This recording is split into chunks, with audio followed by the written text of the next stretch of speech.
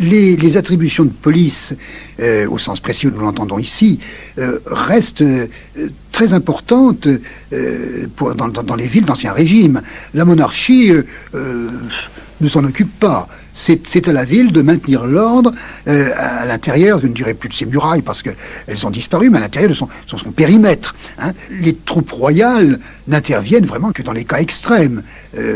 Notamment, on en a des exemples au XVIIe siècle, lorsque, d'ailleurs c'est peut-être presque plus vrai dans les campagnes que dans les villes. Les jacqueries, oui, les jacqueries appellent l'intervention. Oui, non mais je ne pensais même pas au problème effectivement de jacquerie, de soulèvement populaire. Non, je pensais à telle ville ou tel groupe de paroisses qui renaclait à payer ses impôts. Alors il y avait un moyen, hein, on envoyait des soldats dans le coin ou dans la ville, en leur disant, on les logeait chez l'habitant, et en leur disant, on ferme les yeux sur la façon dont vous allez vous conduire. Oh, le résultat ne se faisait pas attendre, bien entendu, les malheureux habitants de la ville ou de la campagne payaient leurs impôts. Vous savez dans les villes, il en va autrement. Mais hors ces cas extrêmes, les troupes royales, on ne les voit pas sous l'Ancien Régime. Elles sont, à partir de Louvois, ils sont cantonnés d'ailleurs dans des casernes. Je veux dire, on ne les voit pas dans les provinces. On les voit aux frontières, mais on ne les voit pas dans les provinces. Et l'ordre, encore une fois, c'est aux municipalités de faire face aux problèmes que ça peut poser. Et comment est-ce qu'ils s'y prennent alors? C'est un recrutement local? Il y a une milice municipale. Alors, le rêve d'un certain nombre de nos édiles de droite ou d'extrême droite? Oui, mais c'est vrai, qui dans beaucoup de cas d'ailleurs joue un rôle plutôt d'apparat, mais qui cependant, ce n'était pas uniquement cela. Mais comment est-ce qu'on règle les troubles de l'ordre public dans les bistrots, dans les cabarets? Il doit bien y avoir une nécessité de police. C'était cette milice locale. Et au fond, l'État ne s'inquiète pas du tout à l'époque de voir cette milice dépendre des pouvoirs municipaux. Il ne cherche pas à s'en mêler. Non, au contraire, l'État n'intervient pas. Ce qui implique forcément des comportements très différents suivant les cultures régionales, suivant les endroits, il faudrait absolument. Des brutalités ou des inégales. Absolument. Et c'est donc une différence avec la pratique d'aujourd'hui bien claire. Parce que c'est une des choses dans lesquelles l'État républicain est le plus réticent, c'est-à-dire de déléguer trop aux polices au-delà d'un certain nombre de fonctions. L'enjeu donc est présent, mais les réactions sont de nature très différente. Alors, quels sont les autres secteurs de l'activité polyvalente des municipalités qui peuvent être en rivalité avec l'État central? Les problèmes de santé publique, est-ce que c'est aussi un enjeu? Oui, c'est un enjeu, et là c'est un bon exemple du glissement de la municipalité vers l'intendant, puisqu'encore une fois au XVIIIe siècle c'est l'homme clé dans la province. C'est l'émergence des intendants comme fondamentaux dans le XVIIIe siècle. Tout à fait capital, d'autant plus que l'intendant il a ses relais qui sont les subdélégués, disons sous-préfets pour aller vite, parce que c'est pas exactement la même chose, mais enfin des subdélégués qui servent de relais de l'intendant sur place. Les sous-préfets d'aujourd'hui. Si on veut, si on assimile l'intendant au préfet de région à ce moment-là. Oui, mais les préfets de région qui aujourd'hui ont évidemment beaucoup moins d'autorité sur le fonctionnement des villes qu'à l'époque. Ça, c'est la grande différence. Absolument, parce que, pour reprendre l'exemple de la santé publique que vous évoquiez tout à l'heure, jusqu'au milieu du XVIIe siècle, on en revient toujours à ce tournant du début du règne personnel de Louis XIV. Jusqu'au milieu du XVIIe siècle, les problèmes de santé relèvent véritablement de la ville. Il est vrai que les moyens dont elle dispose sont tellement minces que ça ne peut pas aller très loin.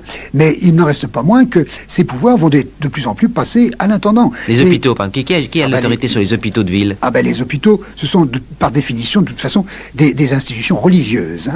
Par conséquent, la ville a un droit de regard, notamment avec des places au sein de l'administration de l'hôpital. Ce sont des institutions religieuses. Ce qui va se créer à l'initiative du pouvoir central, ce sont ce qu'on appelle des hôpitaux généraux, qu'il ne faut pas confondre avec l'hôpital au sens précis. Disons Hôtel-Dieu à ce moment-là, pour ce qui est de l'hôpital au sens précis. Les hôpitaux généraux, ce sont des maisons de renfermement, principalement pour les vagabonds et pour les mendiants. Il y a toujours une ambivalence entre le désir de soigner et le désir de protéger les autres contre une menace sociale ou sanitaire. Et là, c'est à l'initiative du pouvoir central, de même que les grandes initiatives prises au XVIIIe siècle pour essayer d'améliorer la formation des chirurgiens, la formation des sages-femmes. Tout ça, ce sont des initiatives de l'intendant. Ce n'est plus du domaine de la ville. Il y a vraiment un rétrécissement des pouvoirs, de l'autorité. Et c'est vrai aussi dans le domaine de la justice, non? Ah, ben absolument. Et ça, c'est même antérieur. Parce que la justice royale va grignoter pour pratiquement réduire à peu de choses les pouvoirs de justice des municipalités. Ce qui va rester, au fond, si on réfléchit à la veille de l'Ancien Régime, c'est le prestige. Car ça peut peut-être nous étonner avec le recul, mais sur place, dans les grandes villes, les familles, j'allais dire, se bousculent pour accéder à ces charges, qui conservent un prestige, alors que dans la réalité, elles ont considérablement perdu des pouvoirs qu'elles représentaient 1 ou 2 siècles plus tôt. Alors, par définition, l'Ancien Régime, il s'arrête au moment de la Révolution, et là, c'est une coupure extrêmement violente et qui nous rapproche, d'une certaine façon, d'aujourd'hui. Oui. D'abord, sur un point tout à fait capital, ce que nous venons d'évoquer à grands traits aurait besoin, évidemment, d'être considérablement nuancé d'une région à l'autre, d'une province à l'autre, d'une ville à l'autre. Si la Révolution est travaillée par une tension entre, d'un côté, l'esprit jacobin, centralisateur, uniformisateur, et de l'autre, ce qu'on appelle la tradition girondine, en tout cas à court terme, c'est évidemment le premier camp qui l'emporte, oui, c'est-à-dire la brutalité de l'uniformisation. Dès 1789, ce qui l'emporte dans le domaine qui nous intéresse, c'est précisément l'uniformisation. L'uniformisation qui va même très au-delà de l'ensemble des villes, puisque c'est l'ensemble de toute la France, de toutes les communautés françaises, baptisées communes maintenant, ce terme de commune que nous employons, et qui n'introduit pas de distinction entre communes urbaines et communes rurales. Les 2 décrets de l'Assemblée constituante de novembre et de décembre 1789 créent partout, sur un même modèle, des municipalités de façon uniforme, que ce soit la plus petite des communes rurales ou la grande ville. Alors si on se place aujourd'hui, François Lebrun, qu'est-ce qui est le plus présent, le plus prégnant de ces 2 héritages? La Révolution d'un côté, avec cet effort d'unité, et l'Ancien Régime. Qu'est-ce qui reste de l'Ancien Régime dans le pouvoir municipal à l'intérieur des villes et dans les relations avec le pouvoir central? Je serais tenté de dire en peu de mots que ce qui reste peut-être de plus important, c'est du domaine de l'image, de la représentation. On se fait de la municipalité d'Ancien Régime une image peut-être d'ailleurs embellie. Les fêtes, parce qu'évidemment, oui, voilà, on a beaucoup de mémoire des fêtes. D'où émerge peut-être cette histoire de fête, de réjouissance publique. C'est sans doute par là que les municipalités étaient le plus populaires. Parce que pour les plus modestes des Français d'Ancien Régime, astreints à l'impôt, à toutes sortes d'impôts, dont certains allaient au roi, dont d'autres allaient à l'église, la dîme, au seigneur, en ville, au corps de ville. Les distinctions devaient échapper. Tandis que ce qui devait les frapper, et on sait que c'était important, c'était le rôle joué par les municipalités dans l'organisation des réjouissances publiques.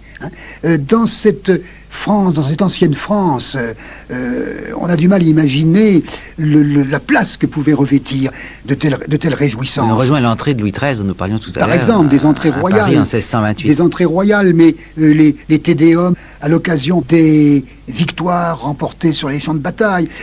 Tout cela donnait lieu, et sous la houlette des municipalités, à des réjouissances qui jouaient un rôle considérable. Je vais dire un truisme.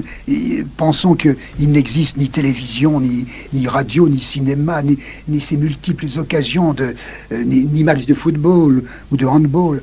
Mais en dépit de tout cela, cette tradition d'Ancien Régime est présente aujourd'hui encore dans les municipalités contemporaines. C'est vrai. Parce que ce sont les festivals, en tout cas les plus populaires d'entre eux. Ce sont les fêtes du 14 juillet. C'est vrai. C'est Paris illuminant la Tour Eiffel. C'est vrai, les maires attachent encore aujourd'hui une importance très grande à cet aspect de leurs prérogatives. Je pense qu'ils ont raison, parce que c'est un moyen de se concilier leurs concitoyens.